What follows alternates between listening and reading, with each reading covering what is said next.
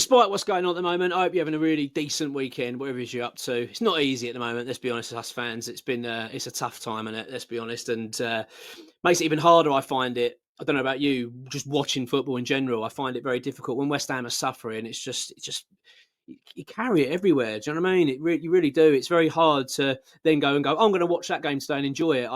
It just feel like I've got this cloud hanging over me all the time, and yeah. So, but despite all that, as I say, I hope you're having a decent Sunday or weekend, whatever you're up to. I want to talk a little bit about weirdly West Ham, but also the board situation and the update we've had from Sean Whetstone, and a real clear indication of the panic now that's setting in at board level. Without, let's be honest, with zero sympathy from me and everybody else, including every fan and everyone else in football. I think there is certainly no sympathy towards this ownership at West Ham. Before I do get into it, though, if you're new to the channel, do subscribe. It takes 2 seconds. Really appreciate the support. And obviously free to do so. So do click subscribe if you can. Also, just double check. It might be that you watch these videos and you're not a subscriber, so you can check. That'd be much appreciated. Also, hit the like button. If you can give us a hype as well, why not? Why not for a Sunday? A Sunday hype. I like it.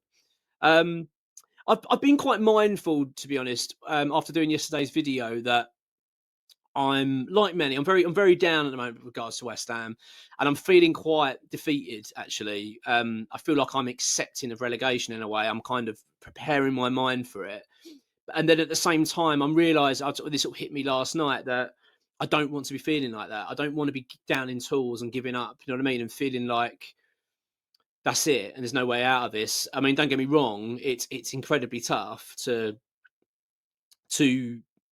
see a way through this at the moment. But that being said, that's not to say it's impossible. It's not to say it can't be done. We can get out of this, but my word, we need a turnaround. I've got to be honest, right? It's actually made me, it's sparked a bit of a fire in me. I'm feeling a bit like, do you know what? Let's go and beat Newcastle. Let's beat Newcastle and beat Burnley. We win those 2 games. I know it sounds ridiculous. Considering how bad we've been. But if we win our next 2 home games, we're back on track. We can turn this around. It's so important that we get to January and we're not miles off. We've got to be in with a shout, and we're going to need some results. And I suppose, like, me as a fan and like people watching this as fans, it's almost like you feel. I certainly feel that sort of duty. Do you know what I mean? I feel like I want to be there and cheer them on, and hopefully we get that over the line, because we need everything now. I mean, we are looking so dire. These 2 games we've just had, Brentford and Leeds, were just so crucial, and the fact we've lost both is horrendous. There is time to turn this around, but we are running out fast, and the next 2 games are cup finals. We just have to win both those games. And as I say, I know it sounds ridiculous, the idea of West Ham winning back-to-back games and one being against Newcastle, as well. I mean, Burnley's going to be tough. They're both going to be very tough. I know that, but we just have to. Do you know what I mean? And I think, that's where my kind of mind's at. So I don't want to keep saying that I've given up, because I don't want to feel like I've given up yet. And I haven't, to be honest with you. Like, as much as I've been feeling like accepting of it and preparing myself mentally from relegation. And look, I'm not sitting here feeling I'm confident we're going to stay up. I'm not. But I don't want to give up. Do you know what I mean? And I'm sure there's other fans that feel that way. And look, and I'm feel how you want to feel. Do you know what I mean? But I'm just letting you know that's where I'm at the moment. In terms of what we've got from Sean Whetstone, it just shows a total panic that's going on here at West Ham at the moment, in terms of what we're going to have to do in January. I mean, I'll read it to you in a sec, right? But I cannot get over the mindset of the ownership of this football club. The short-sighted view way they go about doing things is unbelievable. You think how much money this is all costing this football club, the dire straits that we are in terms of our financial position, all because they wouldn't pay compensation to go and get another manager when David Moyes left. Like, it's so pathetic. And yet the joke is, right, we would do it again. These owners would do this again. If let's just say by some miracle that we stayed up, right? Let's just say for some miracle we stayed up this season and we kept Nuno on, and then they decided we're going to let his contract run down and we're going to get a new manager. They would look in the bargain bucket again. That is how pathetic these owners are. Honestly, I'm so tired of them. Also, this is off the back of what Claret and Hugh have reported. Gonzo has reported, and in that, West Ham are also looking for a new head of recruitment. We just sacked someone. We just sacked head of recruitment. We paid £1 million to get him. We've now paid him off to leave, and now we want to go and get another one. It's mind-boggling. It's absolutely mind-boggling. Like, honestly, to God. Because people might say, yeah, but he worked for Potter. But he said he worked without Graham Potter. He worked at Chelsea for quite a long period of time. Why did we get rid of Carl McCauley if that's what you want to go and get? Because don't forget, it's not as if Carl McCauley's going to be going to you, these are the players I want you to go and get. You can give him the remit. You know, Nuno can say to McCauley, I'll tell you what I need. I need X, Y, Z. I need a striker that can do this, this, and this. I need a midfielder that's a box-to-box, blah, blah, and then give him the task to go and find someone. Oh, anyway, I wasn't going to rant today, and I've just sort of got myself annoyed. But, you know, this is West Ham. What do you want? Right, let's have a look. Let's read what's come from Sean Whetstone anyway. He's put it out on his X account. It makes for me frustrating reading. It just proves the panic that's setting in at West Ham, and rightly so. But as I say, you know, they brought this on themselves. Right, a cash injection from the West Ham shareholders may be the only hope to save West Ham from relegation this season. This is what I was saying about why it's so important that we get to January and we're still within a shout, because there's a real chance by come January we're going to be gone anyway. And it's going to take a miracle for us to get out of this.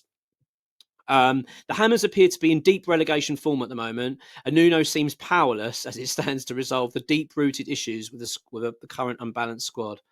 Oh, what a shambles.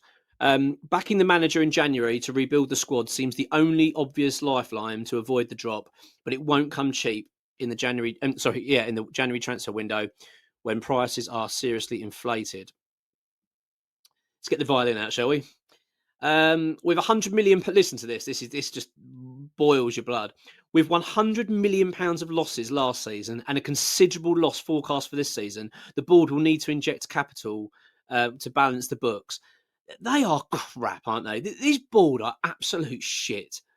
Honest to God, they are useless. Not only are we dreadful on the pitch, not only have we got a crap stadium we don't even own, not only have we got a bloody portal cabin training ground, our finances are in dire straits as well. It's like they just, honestly, everywhere you look at this football club, it's just dross, isn't it? The shareholders last injected cash in the form of rights issue in 2020 when they bought 30 million pounds of shares, which they already owe, to shore up finances during the pandemic. There was another rights issue and an injection of cash in 21 when Daniel Krasinski acquired 27% of the club. Krasinski paying 125 million pounds of cash, with other shareholders diluting their shareholding. The remaining 7% becoming existing shareholders for 43 million pound.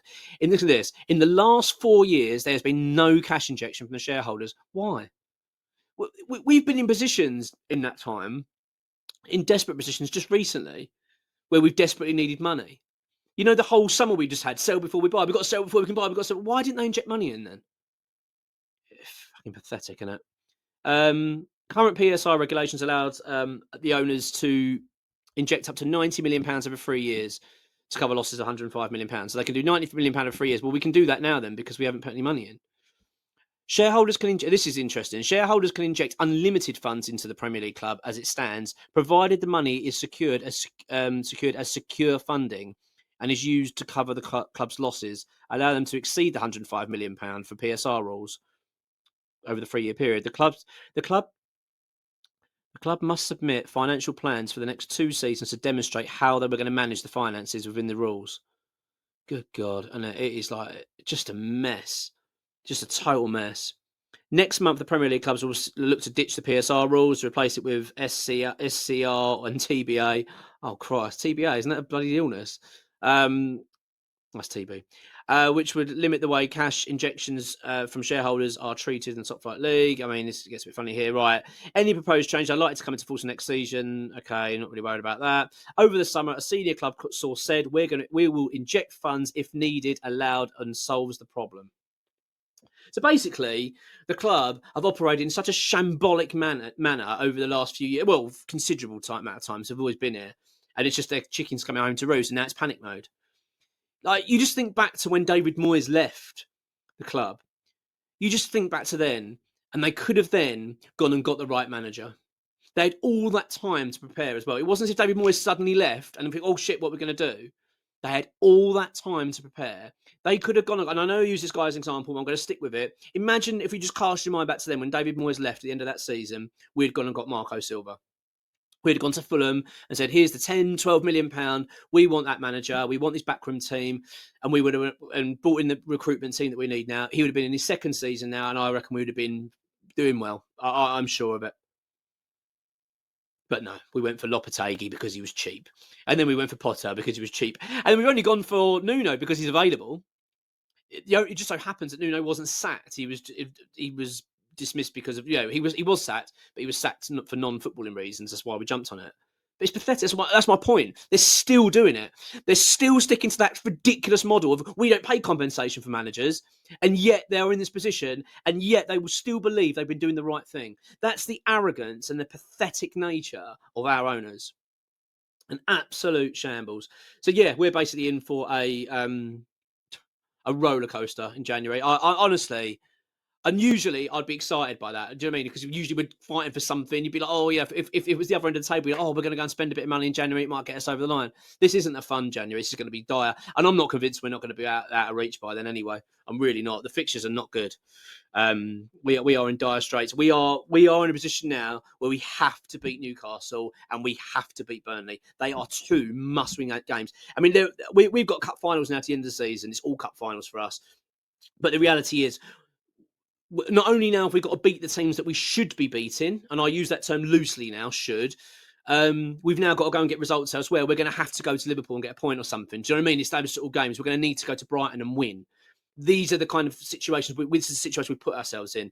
It is bad, really bad. But as I say, I don't want to be in this defeatist mood. I don't want to keep being on the floor about all this.